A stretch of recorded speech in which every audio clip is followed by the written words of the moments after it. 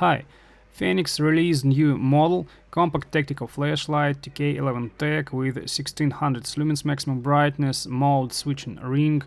So if you would like to buy it after watching my review, there is a link to stores where you can do it below the video. Let's start with flashlight appearance, then go to user interface, runtime charts and sweetest part, how the flashlight works. Package is really good, a neat, thin cardboard box with excellent printing. If you take it as a gift, you will not be ashamed. Kit includes flashlight itself, holster, O-rings, manual, no battery included, which is cheap from Fenix with battery self-cost for company, and no lanyard, which is even cheaper. Flashlight is quite compact for a tactical model and can be used even as an EDC model if you need it. The design of the Fenix TK11 TAC is pretty usual. In general, it is clear that this is a brand model, but there are no extraordinary design solutions here. If anything here attracts attention, then the mode switch ring at the tail button. I offer to start review with it since this is a key feature. There is two-position button at the top of the tail cap. It has soft and silent half press, but when you push the button to the very end to lock brightness, you can hear a light sound. This three-way mode switch ring has a tangible click and is tight enough not to worry about accidentally unlocking in pocket or backpack. The spring at tail cap seems to be a little bit thick for 1600 lumens. The thread is anodized and well lubricated. I can criticize Fenix for something, but I've never had any complaints about Fenix build quality. It is always on highest possible level. The fine concentric knurling is quite grippy. The size of the flashlight makes the grip very comfortable. You've got an instant access to the button from any position. It's definitely good. The head is medium-sized and overall compact enough for a tactical flashlight. There are no real cooling fins there. This is not a problem as the efficient heat dissipation of 1600 lumens by just the fins would require a radically larger size and number of fins. As the flashlight itself, teeth are quite compact. Glass is anti-reflective coated, there is SST40 LED under the bottom of smooth reflector, which is slightly larger than reflector of EDC model. That's all at this stage, a neat flashlight with simple design. For me, user interface is the Fenix biggest weakness. But there's a damn lot of people who like this simplicity. So Fenix TK11 TAC is so rare example when Fenix came up with something completely new. Button. Short light press works like half press.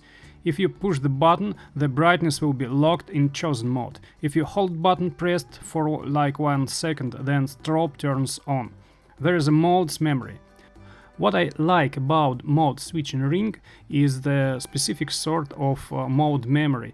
You can just work in daily mode at low level, at 50 lumens level, then turn the flashlight off and then go to tactical mode, the highest level. And then if you go back to daily mode again, you turn on flashlight in low mode. So there is a sort of specific instant access to lowest mode and to highest mode, and normally Fenix user interface lacks this instant access really much.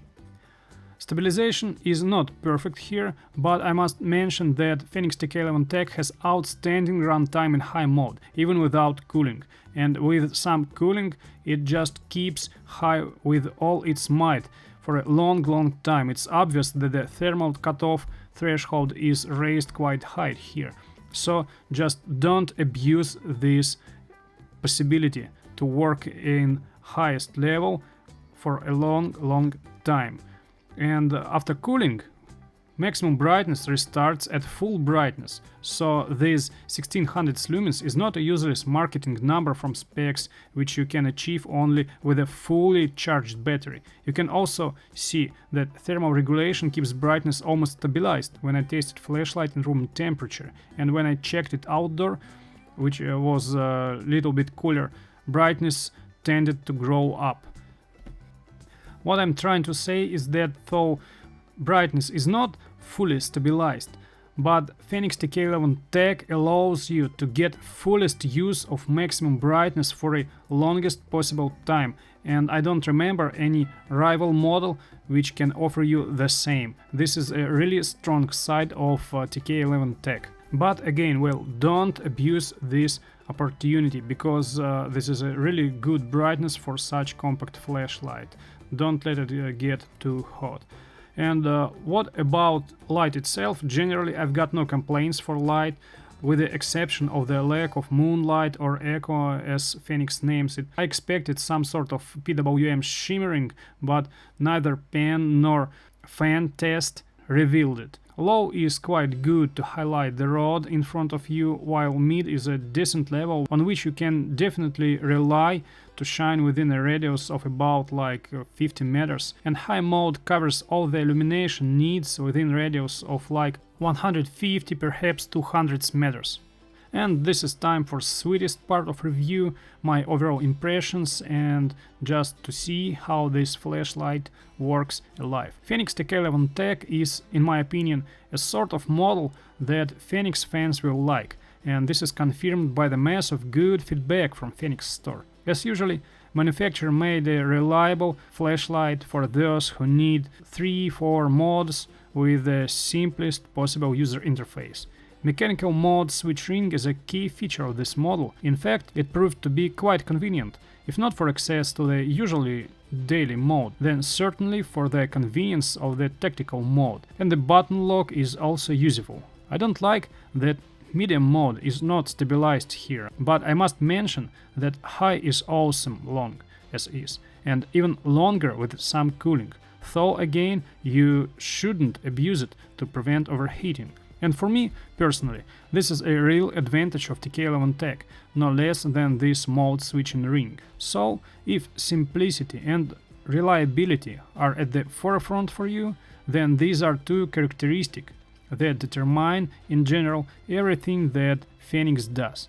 With TK11 TAC you get relatively compact tactical flashlight with serious brightness and unbelievable runtime in maximum brightness, with a minimum set of modes and mechanical switch between two groups of modes, 3 levels, everyday or assault mode, reduced to a high-end strobe.